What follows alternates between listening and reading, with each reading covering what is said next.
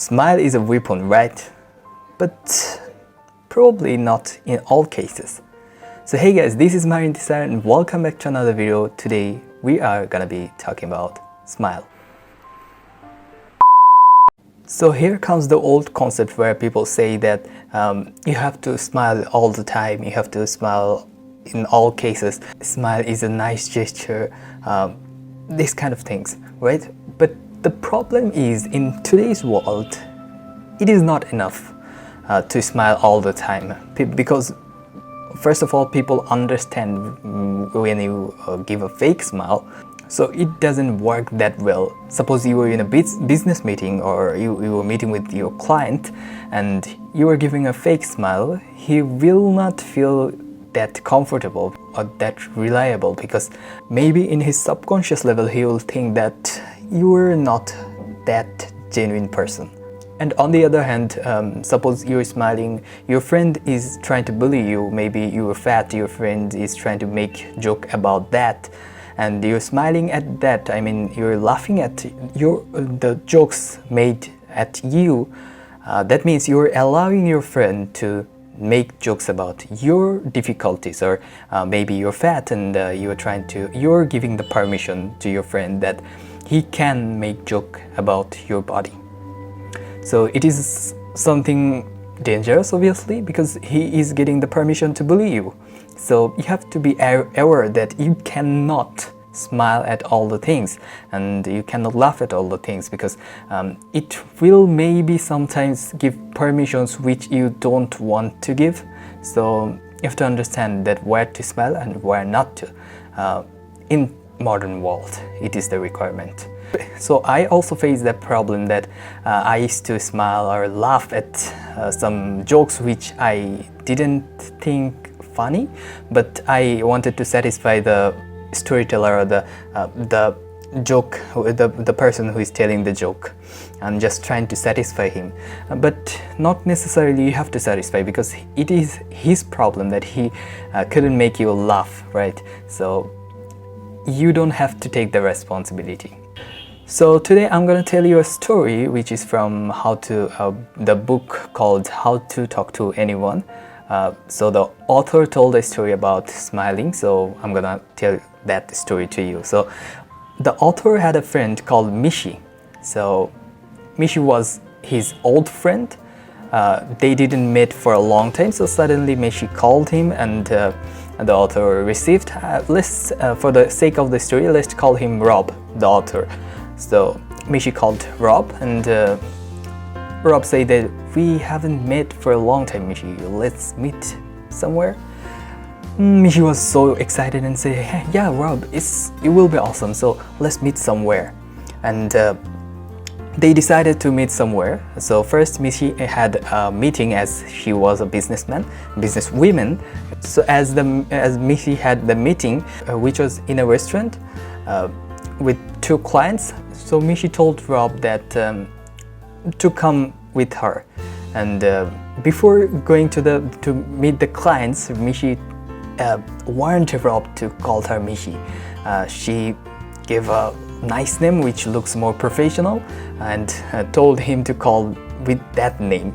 So Rob went with Mishi, and as Rob knew Mishi from the very beginning of her life, because they were friends from their birth. So Rob knew Mishi like as a person who always laughs at things, like who is so funny and tries to make people laugh and laughs at all the things. Like as I said, that when you laugh at all the things, it is sometimes a problematic thing. So Rob knew that this kind of business needs a person who is moody, or who can handle this with like his personality. But Mishi is kind of like not that bold personality who is needed for this kind of job or this kind of business things.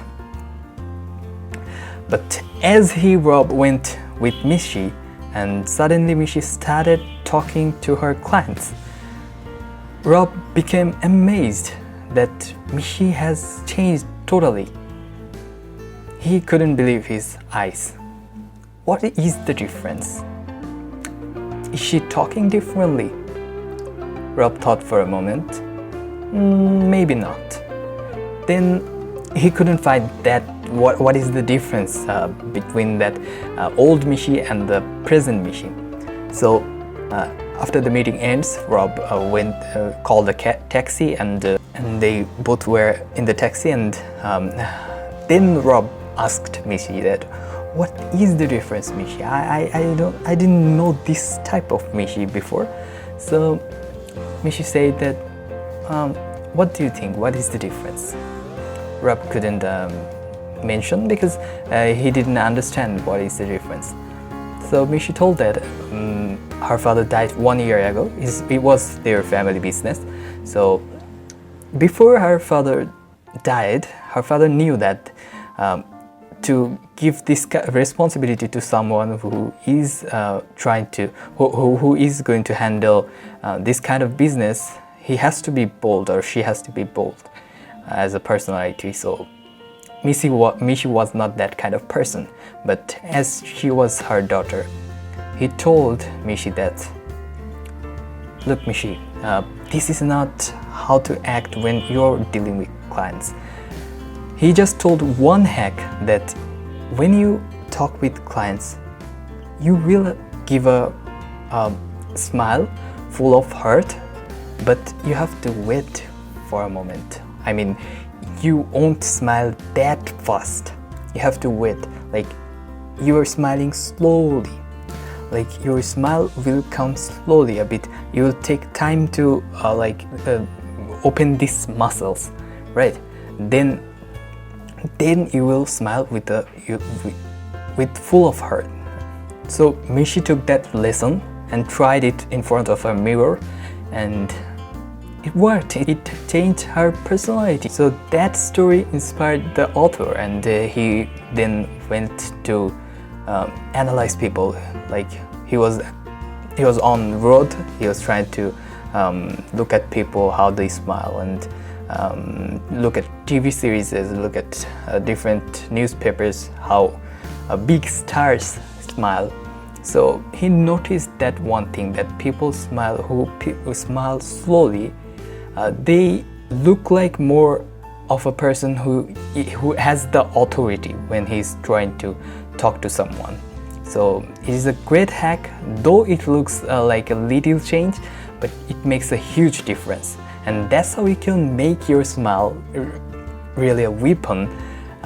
You can try this out. I guess it works really well.